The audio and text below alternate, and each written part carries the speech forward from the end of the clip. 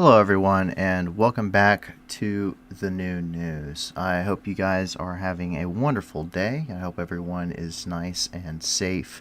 I hope everyone is just, having a wonderful weekend and that everyone's family is safe as well. Uh, as we continue with today, it is officially day 37 of the of the invasion of Ukraine by the Russian Federation. We have a lot of news that came out today, not necessarily as much in Ukraine as normal. We think that's because there's a lot of Ukrainian forces on the move. But definitely there was some pretty interesting developments. We're seeing a lot of Islamic State attacks and developments recently as well. So we'll get to that here a little bit later. Tell you a little... My name's Paul. I am the host here over at the New News, and if you check in the video description here at the New News, or TNN, we like to pride ourselves with the fact that we're being a continual force for good. Once we get large enough where we're going to be able to be monetized, you'll start to see the fact that we are going to have fundraisers on every single stream. And until that time comes, we're going to be having donation links in the description below. So be sure to check that stuff out. All of those are vetted by us. We know that they're going to be going to good use over in Ukraine. And so without further ado, let's go ahead and dive right on into all of the events going on inside the country of Ukraine today. So to start with, there's been a lot of developments inside of Ukraine, especially just north of Kiev, and we can see that there's a lot more evidence of Russian soldiers looting in the occupied areas.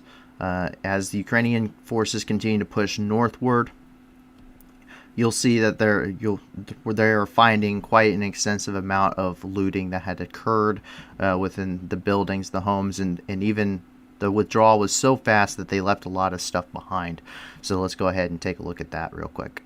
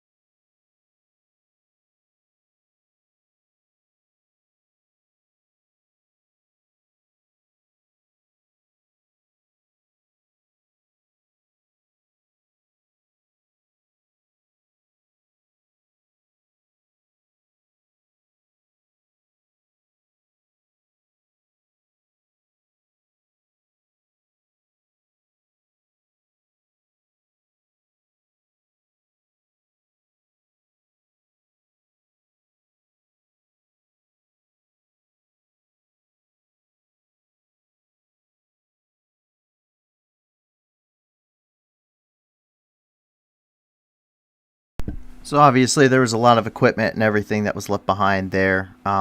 Seems to have been a lot of stuff that was just anywhere from equipment to personal belongings that they ended up taking. They obviously left in a hurry when they were withdrawing out of the northwest part of the region. Moving on from that, we saw that the village of Borodianka was recaptured a few days ago. However, now that Ukrainian forces are able to really push through it, and it's rather safe to move into there, which we'll get to here in a little bit as to why, the destruction here in Borodianka is unbelievable. It's something that hasn't really even been seen since World War II. It looks a lot like Mariupol in many ways. The entire city is it's probably going to have to just be demolished and have to start from scratch after this is over, after the war is over, because I don't see any way that there's any way that they can rebuild with what they have left. They're going to have to start from over. Let's take a look at that.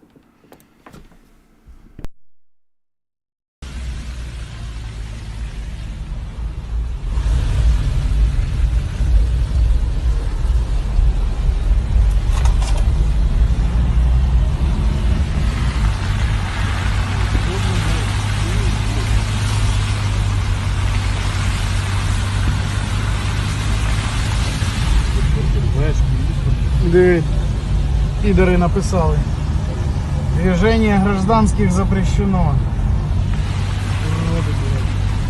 Цели рисовали. Смотри, ужас. Русский мир. Русский мир. Русский Хотят мир, так же да. самое, чтобы как у них в Иркутске было, блядь. Хочу показать, как ваши пидорасы у нас мирных нахуй не убивают. А потом подумаем.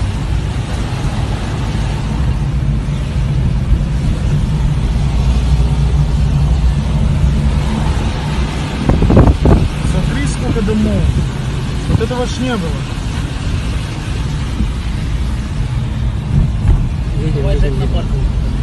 Сейчас скрутнем.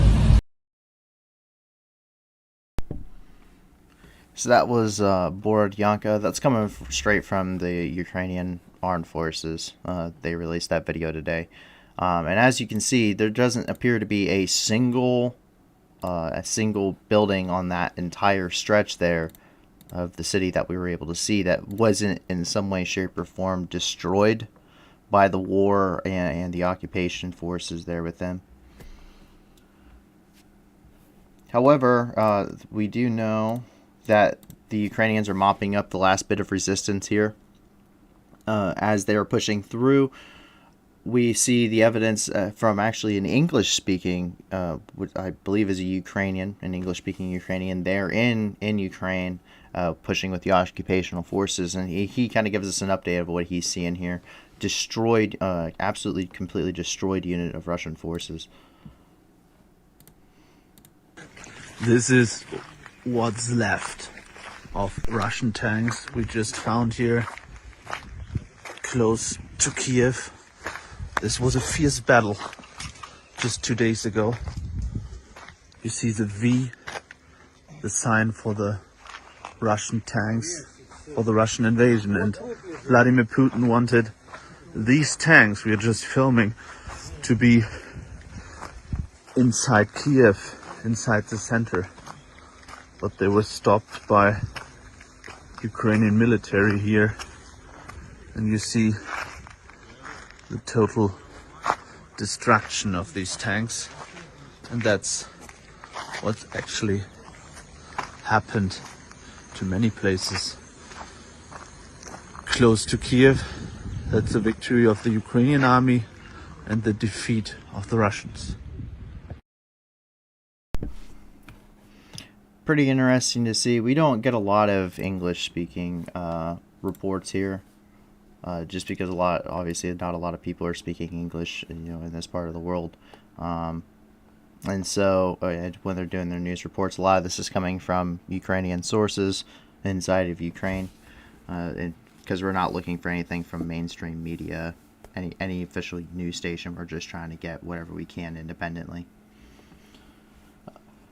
So moving on from that, we move down here into the BUCHA, and we can see that the International Legion is actually out on patrol in BUCHA, as they are moving to secure this area.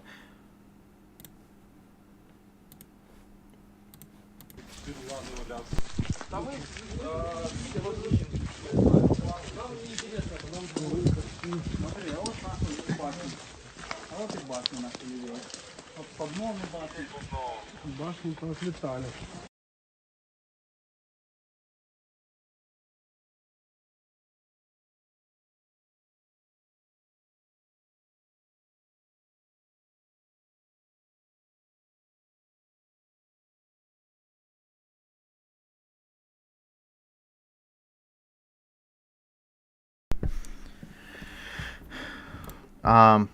we were able to identify that just because of the patch on the back of his med kit there, because it was an American flag he was carrying with him. And as they're patrolling in these areas, they're finding some pretty interesting things. Just the fact that Russian forces were using a school basement as a shelter. We got a video of that coming in. Хочу показать вам место обитания свиней. Вот так вот свиньи спали, это подвал третьей школы в Буче. Смотрите, вот, ты тут спишь в этой комнате, а за перегородкой ты тут спишь, жрешь, потому что он пайки валяются, видите, их вот тут много. А за перегородкой ты срешь, вот тут, и спишь в этом. Вот тут спишь, вот тут срешь, и тебе нравится так. Ты же русский Иван, русскому Ивану такое и надо.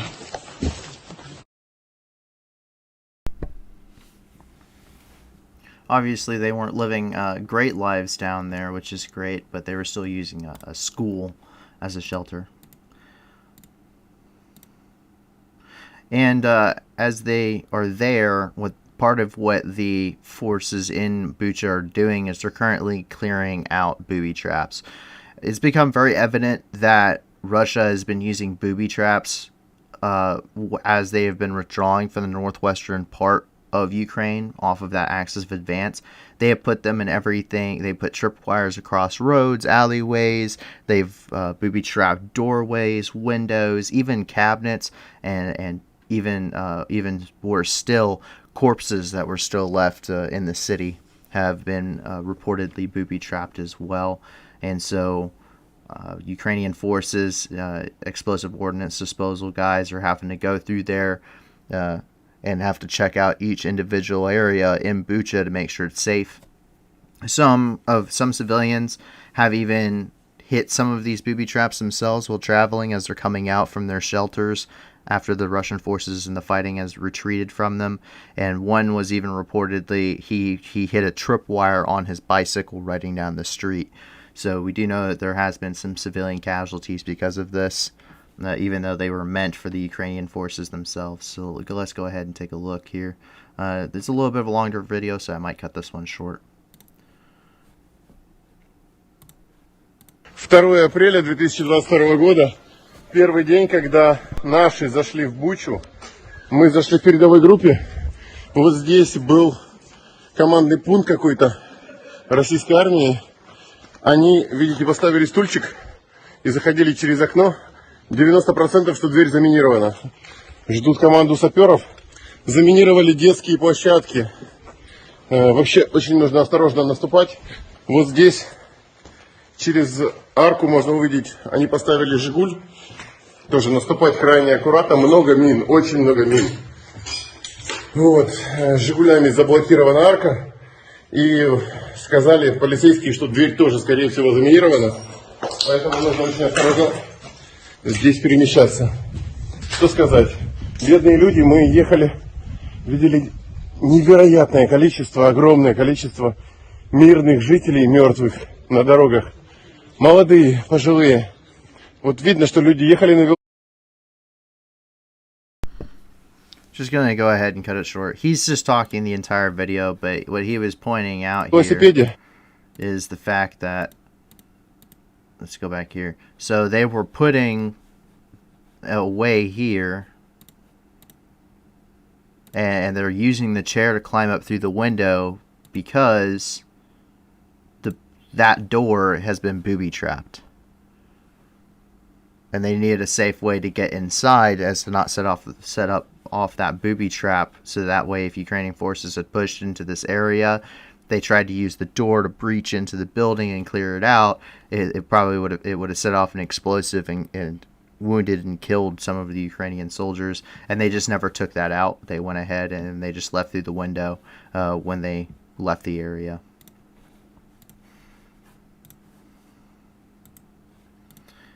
But from the part that gives this video its name, it's not the only thing that the Russians left in Bucha. Today, it came out, and there's been a lot of footage that has come out. I'm sure some of it is already on our Discord and the NOS Safe for Work channels, that if you're really interested, you can go see. I don't recommend it. But it would appear that Russian forces were committing some pretty egregious atrocities in BUCHA. There's no way to put it lightly. There's bodies laying in the streets. They tied many of them with their hands behind their back, and they shot them in the back of the head. There was a mass grave found with between 280 and 300 Ukrainian civilians that were half buried in the mud, some of them still sticking out, that they are unable to go through because they believe it is mined. The bodies cannot be buried because they may have been booby-trapped with hand grenades and explosives that will be set off if you try to move them. Many of them, their skin has been waxed over, and they have started to go dark, which means they've been dead for several days now. And on top of that, there were about less than 20 kilometers from Kyiv here in Bucha, they found evidence that there were naked women on the side of the highway who had been raped. They wrapped them in carpets, poured diesel fuel on them, and then tried to then light them on fire to hide the evidence. It's been pretty. This is the most not safe for work. There's actually a carpet covering 5 of them. There on the highway. The atrocities coming out of this area are the atrocities that we've seen today are, for me at least personally, enraging. So I'm trying to choose my wording here carefully.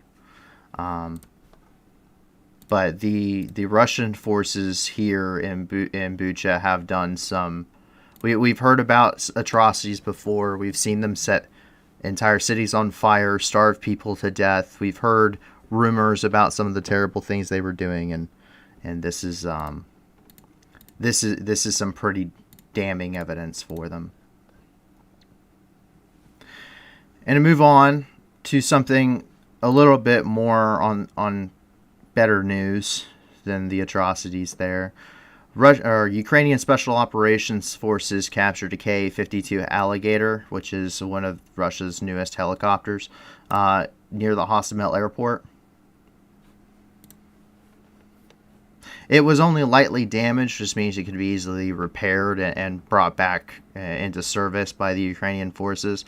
This is likely one of the Ka-52s that actually had received ground fire when it was during the air assault in Hostomel on the very first days of the war. There was some video evidence that came out where one actually had to do an emergency landing in a nearby field near Hostomel, and actually the pilots had to be picked up by some Mi-8s leaving after they dropped off troops in Hostomel's Antonov airport.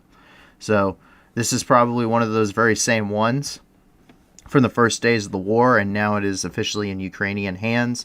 It can be fixed and put back into service in the Ukrainian airport as one of their newer additions to replace some of those Mi-24 Hinds that they're using currently.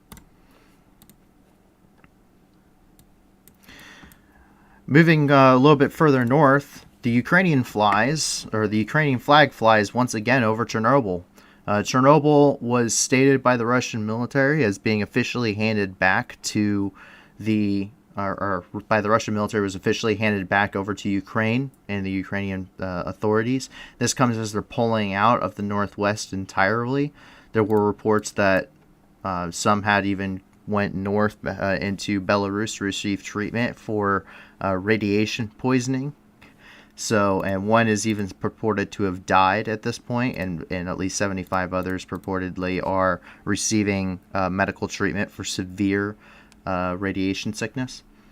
But the flag of Ukraine once again flies high over Chernobyl and the factory, or the reactor there, sorry. So that's good news. Purportedly as well, ever since Chernobyl was captured, the crews there working the power plant were under the Russian military authority there. They had to work extremely long shifts that are definitely not regulation. We know that. And it's purported that as a small thing of resistance, every day they played the Ukrainian anthem on repeat to annoy their Russian occupiers while they worked, because they knew they couldn't. They knew that the Russian forces couldn't do anything, because who else is going to run the Chernobyl reactor? And as a result of all of this, if you had noticed a big change since yesterday and today, that is because Russian forces no longer maintain any effective control over the northwestern part of Ukraine. Enough forces have withdrawn and enough Ukrainian forces have pushed into the area. We've seen enough video evidence and photo evidence of Russian forces leaving, and enough statements being made on both sides to effectively say Russia, while maybe not, they may still have some troops in the area, no longer controls northwestern part of Ukraine, just north or northwest of Kiev. So fantastic news. That means one more axis of advance the Ukrainians don't have to worry about, and they can shift a bunch of those troops they were using there to hold Kiev to other parts of Ukraine to help those counteroffensives. And up here in Chernihiv, we can see that yet another convoy of Russian forces was destroyed today. A couple good guys, a couple Ukrainians driving along the road happened by a convoy of destroyed Russian forces here. Куски ошметки. Вот там еще велосипедисты уже бегают. Тоже вот какие-то папарацци. Вот танчик развалился, еще один В-танчик. Еще один танчик. Ой, нифига себе танчиков, ты посмотри. Чуть-чуть там поотрывало. Тут, конечно, пацанчики ехали. Ишаков, так сказать. А ничего не получилось. Вот они, ровненько ехали. So that's always good news. Destroyed Russian convoys just means less stuff that the Ukrainian forces have to deal with and already have dealt with. Otherwise, there hasn't been a whole lot of news coming out of Chernihiv today. It's kind of a day-by-day basis for most of these locations. As we do know Ukrainian forces were on the move in the area. Last we had checked, they were mopping up some breakthrough convoys still here. Near here a little bit south of Chernihiv and up along the line. We saw a bunch of destroyed vehicles yesterday. So they're probably on the move today, and we will hopefully see some more stuff coming out of this location here within the next couple days, hopefully. Moving along over to Sumy. The Sumy government issued a warning today to civilians saying that a large force of Russian troops had actually entered into the region and were purportedly shooting at anything that moves, quote unquote. And so they said that everyone should stay away from the region until those troops cleared out and or were dealt with by Ukrainian forces operating in the area. Kharkiv was once again relatively quiet today, at least for our news sources. Same with the Donetsk and Luhansk. We do know that there was heavy shelling in the area. There were some videos of it today that we saw, but we couldn't tell if those were from the previous days or if those were indeed from today. A couple of those cities that we had seen were already Marinka being one of the most shelled cities currently in the region. Showed heavy shelling today, but we didn't know if that was prior footage or today's, so we're going to go ahead and move on. Down in Mariupol, Mariana Veshemirska was kidnapped by Russian forces. She was actually one of the women that was photographed during the maternity bombing in Mariupol, the maternity hospital bombing. And she has been reportedly kidnapped by Russian forces, and her family is currently pleading for her release. There were some videos supposedly that of her capture were heavily edited by the Russians, condemning Ukraine and Ukrainian forces. However, this is her picture. So if there are any international viewers watching and you've seen this woman somewhere, let somebody know that in a hopefully in Ukrainian embassy or something such as that, where she's currently at. Some more heavy-hearted news coming out today. In Zaporizhia, there were reports of rape from medical facilities in Zaporizhia. This is coming from the survivors of Mariupol that were able to leave. There were several thousand of them that were able to leave the city. Some were under fire when doing so. They arrived in Zaporizhia a little while ago. Some of them are still going through and getting medical treatment. Several women are purported to have signs of rape. This is coming from doctors in the facility, including a group of young girls, with the oldest being 10, was admitted earlier today after they had pretty severe rectovaginal tearing, which is a sign of rape trauma. So pretty heavy-hearted news. Again, kind of showing some of the pretty terrible atrocities going on within the occupied areas and the front lines currently. However, there was also some good news coming out of Zaporizhia today. There's a POW exchange between Russia and Ukraine. This returned 86 Ukrainian POWs to their families, 15 of which were women, which is always great to hear. Those women had their heads shaved while in captivity. There was a pretty good press photo regarding that, coming from another news source. However, it's always good to see a nice homecoming when things actually are ending well. So it's nice to see that 86 people were able to return home from return home to their families out of captivity after fighting so bravely for Ukraine.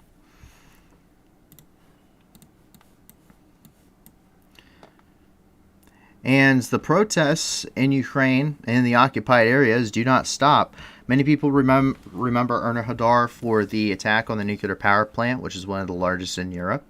However, there has been resistance from the local Ukrainians there of the Russian occupiers.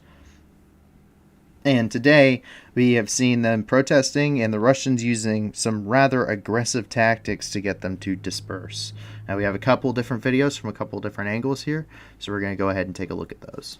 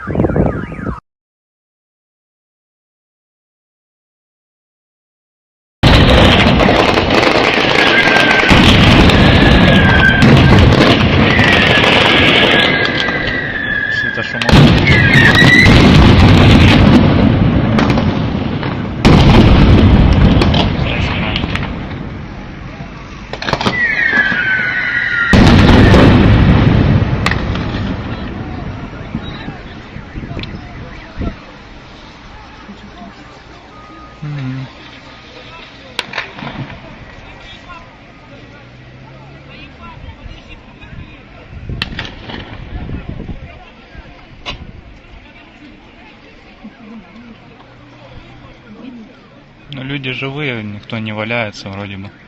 Так, поразбегались.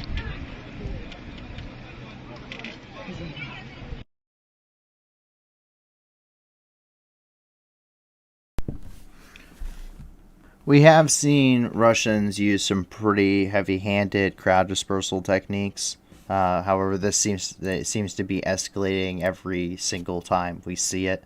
This is probably one of the most aggressive the most aggressive amount of munitions used to disperse a crowd. We do not know at this time if anyone was wounded or killed. the last couple times that this has occurred, there has been videos of people who were either got shrapnel when the flashbang or concussion grenade went off next to them, or they were actually ended up being shot. So at this point, we don't know. We do know that was landing within the crowd, but there's just no reports on that at this time. For once, after the last couple days, there's been a lot of activity down here in Kherson. We do know that the Russians were doing a lot of things, prepping what seemed to be for their eventual push back in. They were preparing to be eventually pushed back into Kherson and possibly lose it. They supposedly moved some helicopters over here to Chaplinica, and were actually burning some cities behind them. And we saw a lot of videos of Ukrainian forces pushing the Russians back and destroying convoys, trying to reinforce these Russian positions. However, today it has gone quiet. No news out of Mykolaiv, no news out of Kherson, no news from the front or any of the villages along there, at least from our sources. So all in all, that is actually all of the news we have currently out of Ukraine. So there have been some pretty interesting developments. It's probably quiet for a reason for our sources. We know that. We've seen it happen before. Usually it's a good thing, because afterwards there tends to be a lot of yellow dots on this map, because it usually means that there's a lot of good things happening for Ukraine, and they just don't want to tell the Russians that it's happening now. They want to tell us that it's happening tomorrow. So hopefully we'll see some more information pop up. All in all, I kind of like the fact that it's quiet in Ukraine. Like I said, it usually means a good thing. Moving on into a little bit of my opinion on the situation. I'm pretty enraged by kind of a lot of things that I'm seeing today.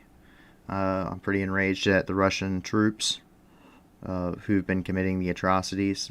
I'm pretty enraged about what's going on, but I do understand that those were rumors that we had been hearing for a while, and it's just an unfortunate fact that now those rumors are being confirmed, at least in some areas, that some of these things were indeed happening. We heard it from the mayor in Irpin, and now we're seeing it for ourselves in BUCHA and in Mariupol and Zaporizhia. So, moving on, we're going to go ahead and take a look at the international news. There's still a couple things Ukrainian related, at least in Belarus. However, we're going to look at the international news now. The first thing we want to take a look at is the fact that to build off of what we saw in the Kiev region, where we saw Russian troops looting, we can actually see there's CCTV camera footage from a Belarusian courier's office that showed Russian troops had arrived in the country and were attempting to ship all of their looted materials back home to Russia to their families and their sweethearts and whoever else would take them.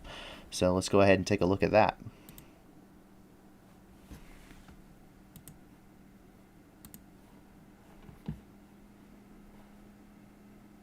This one's going to be muted, folks, because it does have some copyright music.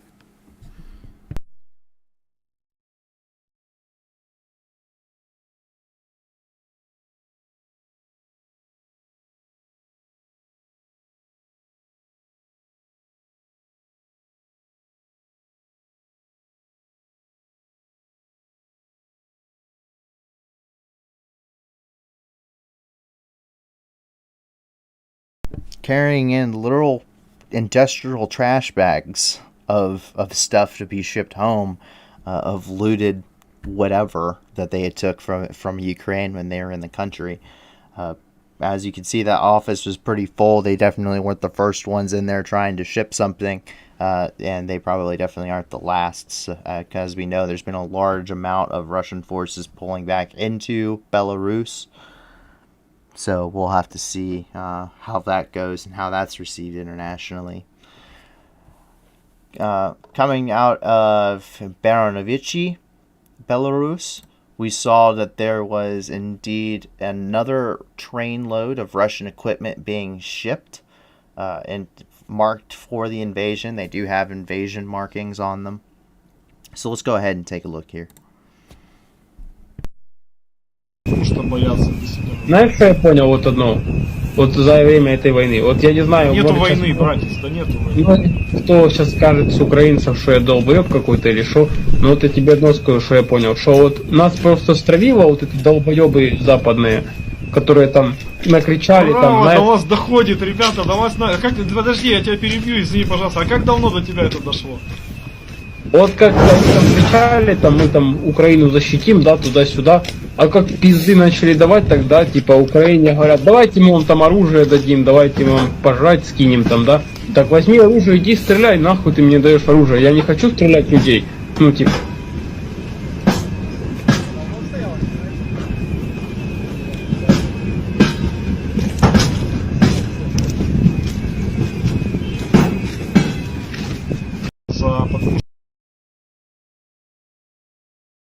It's a lot of BMDs. I don't know how good they'll be. Their armor isn't exactly very thick.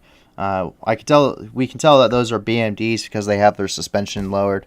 BMDs are basically the VDV, or the Russian paratroopers version of the BMP infantry fighting vehicle that's used heavily by the standard ground forces of Russia. It's an interesting vehicle because it's one that can actually be paradropped. And so they can actually lower the suspension on them when they're being transported and paradropped, and then they can raise the suspension once they're on the ground and ready to be used. So, yeah, a lot of BMDs, don't know how good they're actually going to be for them, or where they're actually going to be going, because they've pulled out of this area. They shouldn't be trying to conduct any more offenses here. They got their nose pretty bloodied in this area, so I wonder where they're going to be going, possibly into Chernihiv or Sumy. We just don't know. In Moscow, Russia continues to arrest people as unrest in the country grows day by day. There's not a whole lot of videos coming out of Russia specifically. They've basically cut themselves off to the point where they're looking at making their own internet for just Russia. So there hasn't been a whole lot of social media or anything coming through. The people that are able to are using some pretty interesting means, old phones without updates and stuff such as that. That's been reported by other media sources as well. However, we do know that they're still arresting people, and to the sounds of it, they're even arresting people who aren't even involved in the protests. So we actually have a video here of that.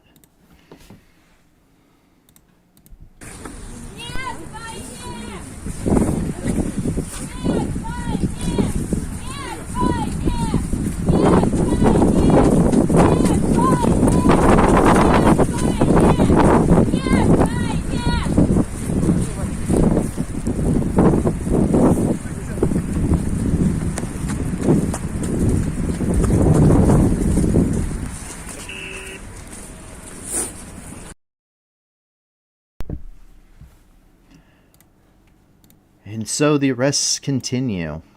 But that's not the only news coming out of Russia today. So after a couple hours after yesterday's attack on the oil fields that we're pretty sure happened via a couple of Ukrainian Hinds, there were a couple of ballistic missiles, two specifically, at least one of them was caught on video by a dash cam that hit a couple of rail lines near the city of Belgorod. Some people have done some geolocating on these and looked at what their point of origins were and the angles that the missiles are coming in at, and they've discovered that these missiles came in from the northeast, which would mean that they came from Russian territory. What this means, we don't know, but if it's true, it brings some interesting questions up, such as why would the Russians hit their own rail lines? Was it the Russians that did it, or were it separatists, or what's going on at this point? But is it something that they're trying to stage, saying that the Ukrainians did this? We don't know. We can't confirm that this is in fact true yet. However, there's pretty strong evidence to support it that came out today. So we'll leave it with that. Take it for what it is.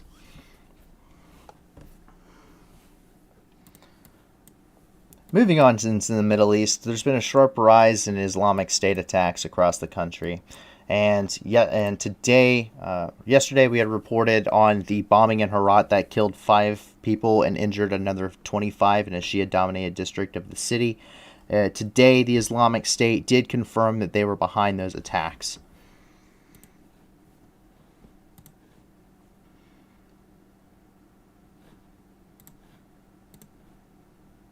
Seeing some of the destruction here.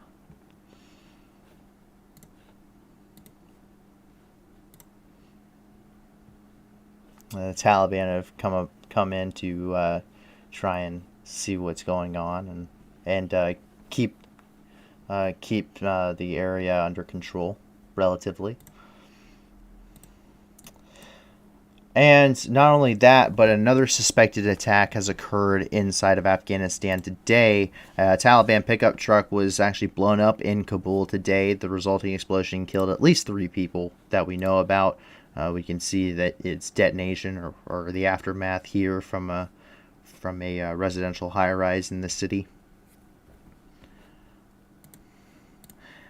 They have the Islamic State has yet to confirm that they were behind this attack, but there's some pretty strong evidence to say that they are. The Taliban and the Islamic State do not get along at all. They are known to be enemies, much like the Taliban and Al Qaeda are now.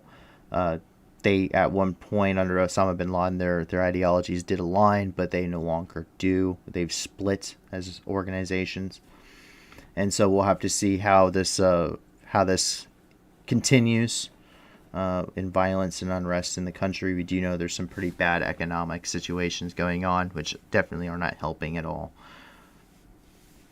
Moving over into Pakistan, jumping across the border there, over in Islamabad.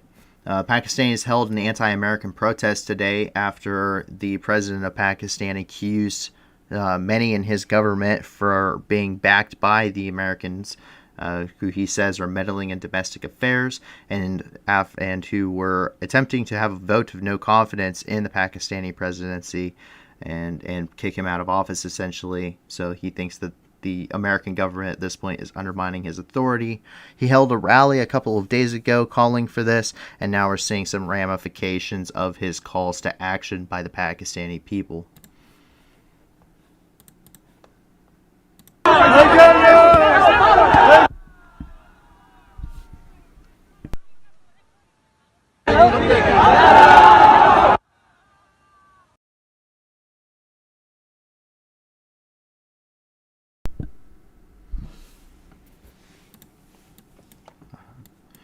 And over in this country of Syria, there's a couple of other developments that occurred today.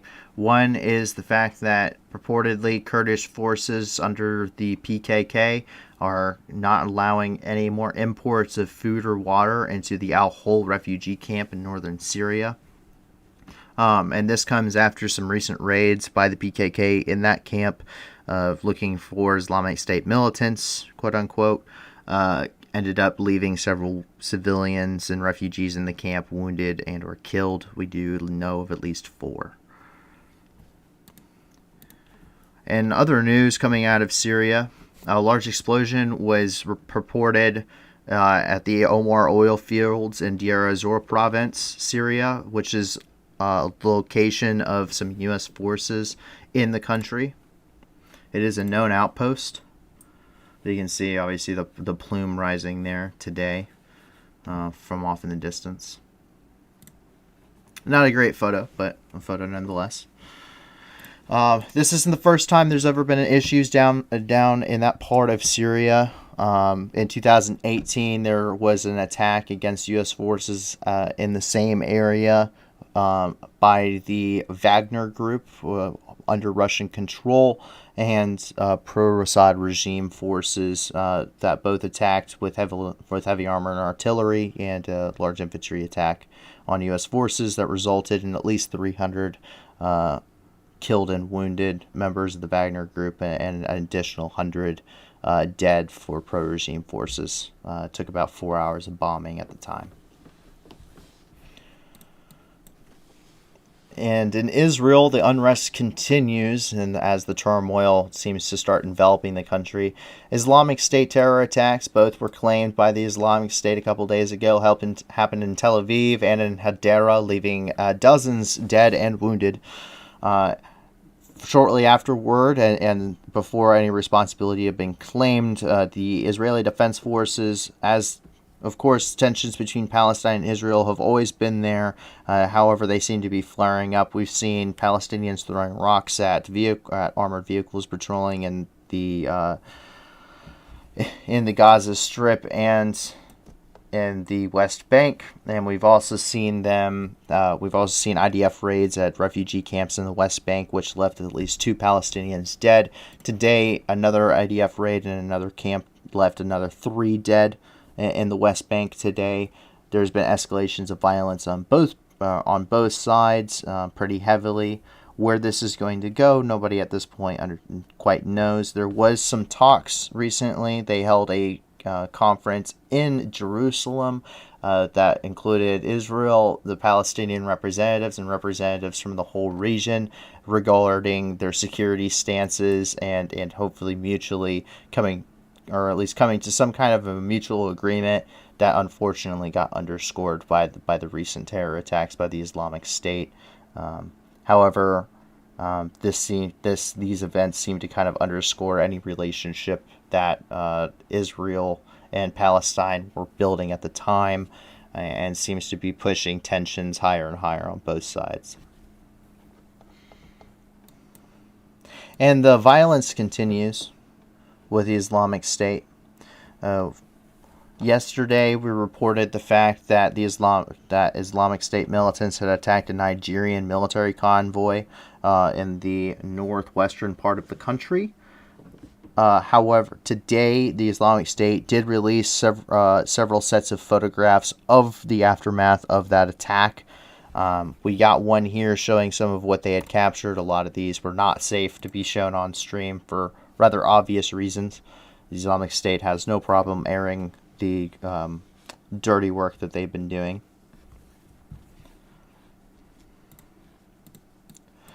And yet another Nigerian military convoy was also attacked today, this time by a suicide bomber inside of an armored technical vehicle today. They basically welded on a bunch of steel plates to protect the driver so he could get close enough, and then he detonated himself. We do not know of the casualties on the Nigerian military side or what their losses were. However, we do have that news report coming from ISIS themselves showing both the suicide bomber and himself getting inside of the clearly marked truck.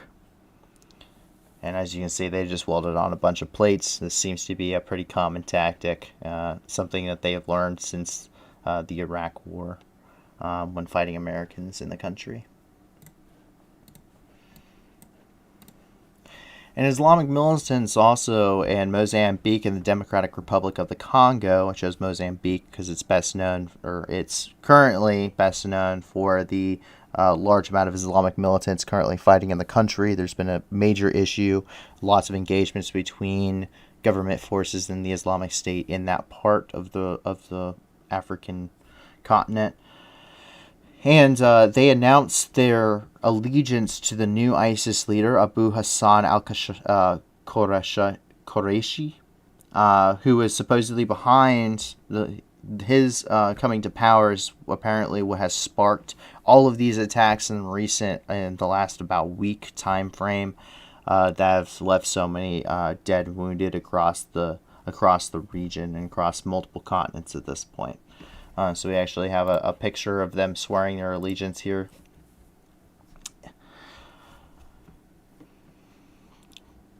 Quite concerning.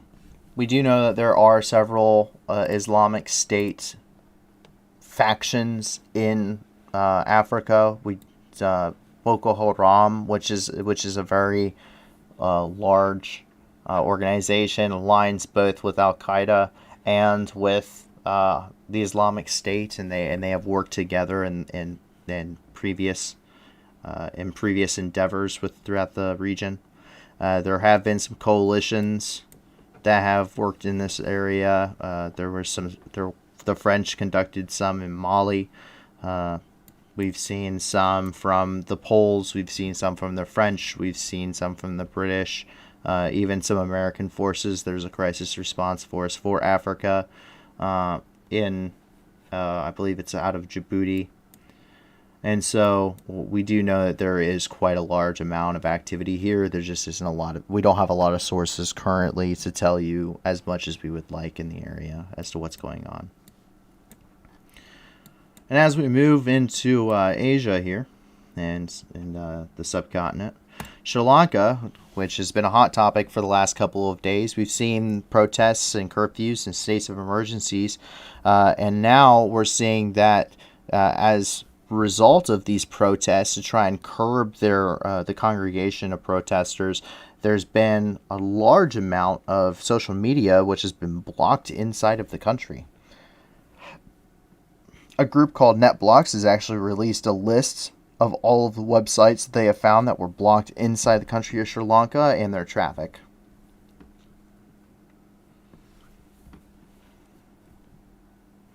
As you can see, outside of state sources, we probably will not be getting a lot of information coming out of the region for a little bit as a result of this.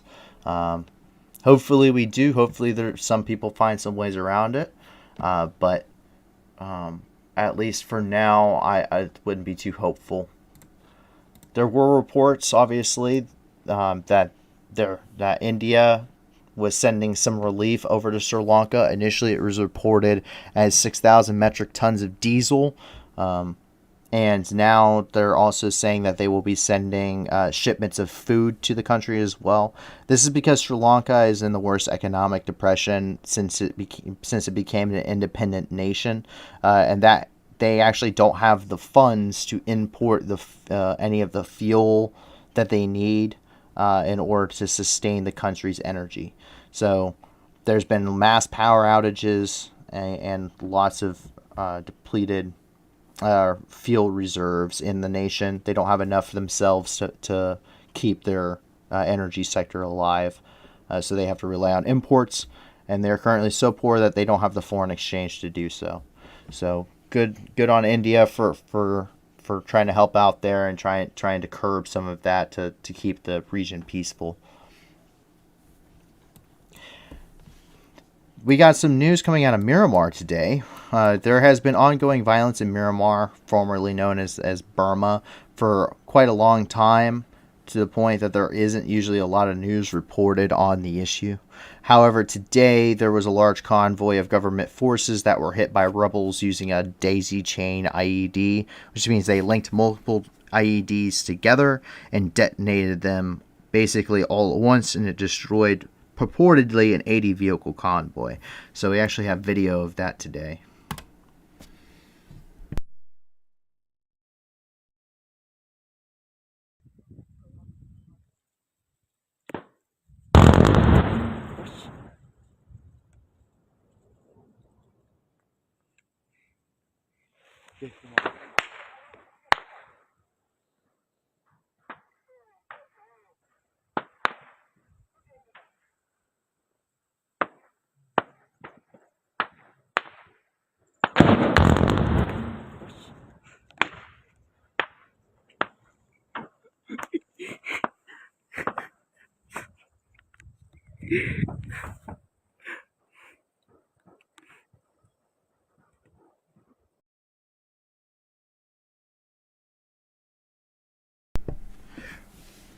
Interesting to see, none the least. We do not know what the losses were for the Myanmar government forces. All we know is that the event occurred at this point. We still need to do a little bit of research and backstory. This is one that was found a little bit later today.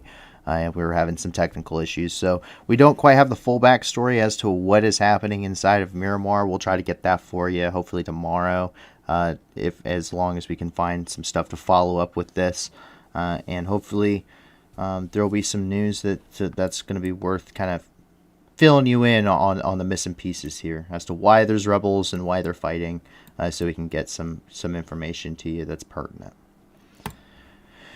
And in Brazil today, a couple days ago, we reported about the state of Amazonas, which is currently going through a pretty large amount of deforestation and poaching, which is really putting the rainforest at risk and is going to be decimated by 2050.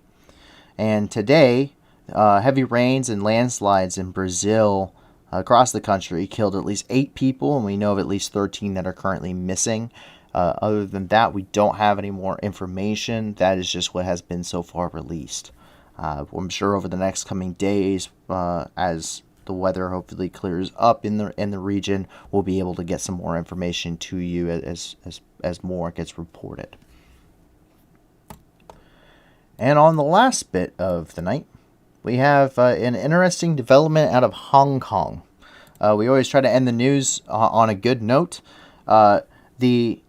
A location or a lab basically in Hong Kong has developed a new type of robot that is a magnetic slime, and this is used to remove items from the human digestive tract that were swallowed by accident. Some pretty interesting photos. A couple of different sources have reported this at this point. We couldn't find any independent ones or anything that wasn't off of an independent news source regarding this. Unfortunately, we don't have any photos for you, but I'm sure if you go take a look at it, you're gonna have a pretty good laugh. But it's an interesting development. There's been a little bit of play with different types of slime and tubing robots so far. It's interesting to see one's finally been released and is going to be used, at least in Hong Kong. And so with that, we've actually covered all of the news in the world. There's some pretty interesting developments. The rise of the Islamic State, which we thought had been, for all intents and purposes, destroyed, is concerning. The events in Ukraine are disturbing and very concerning worldwide. We don't know if the Switchblades have made it to Ukraine yet, which I know has been a very big topic. The Switchblade drones, how cool are they going to be? How good are they going to be? I suspect they've already made it into the country, which is why we were able to report it yesterday. And likewise, the stuff coming out of Africa, Nigeria, Sri Lanka, those developments, Afghanistan as well. Unfortunately, there just wasn't a lot of good news today. Most of it was pretty bad news. However, I'm happy. We're always going to try and end it on a good note, even if it has to be some kind of a weird magnetic slime robot. So, with that being said, we are the new news. A little bit of backstory about us. We are a group of individuals who are trying to be a continual force for good. And we are trying to have a fundraiser and get donations for events going on all over the world. Every single stream we get, once this gets large enough to be monetized, every single stream will have a fundraiser attached. We're going to try and make it to, for instance, Ukraine is the big focus right now. We're going to make sure it focuses on either humanitarian or, if we can, humanitarian efforts for Ukraine. Should there be a malaria outbreak in Thailand, we'll be pushing stuff for that. Malnutrition in Africa, Ethiopia, the landslides in Brazil. Anywhere that could use a little bit of extra attention. We're always going to try to focus on it, raise some money, do some good in the world. There's enough bad. We ought to put a little bit of good back into it. Until that point, there are donation links to some vetted fundraisers in the description of this video. Go ahead, go check them out. If you can't give a lot, give a little. Anything helps. If you are wanting to be part of the community, you can go ahead and join our Discord. We also have an entire channel for donation links in there of stuff that we go through and we have vetted. If you have any ideas, shoot it to us on there. There are plenty of staff members that would love to hear you out, and we'll go ahead and get that vetting process started. Make sure that that money's going where it needs to be going to actually help people, and we'll get it thrown up in that donation links. If you enjoyed the content today and want to continue to support the channel, go ahead and like and subscribe to this video. It helps us out a ton. We're able to reach more people, and more people obviously means more good we can continue to do. And also, we want to be able to give you the most unbiased news we possibly can. Of course, everyone has their personal opinions, so we can't do it 100%, but we're going to try. Other than that, I hope you enjoyed today's content. Big thank you to the entire team. It's not just me who does this. There are an entire team of researchers and moderators and production team that helps me put this together. I would not be able to do this by myself without them. Thank you to Fair, who's one of our researchers and translators, Leto, who's a researcher and translator, and Riley, who's a researcher for us. Really, really great help. Like I said, wouldn't be able to do this without them. So give your support to the staff team as well. And with that, I hope you guys have a wonderful night. Stay safe. Hope your family stays safe and enjoy the rest of your Saturday night and Sunday morning or whatever time it is wherever you are. And with that, have a wonderful rest of your day. Bye.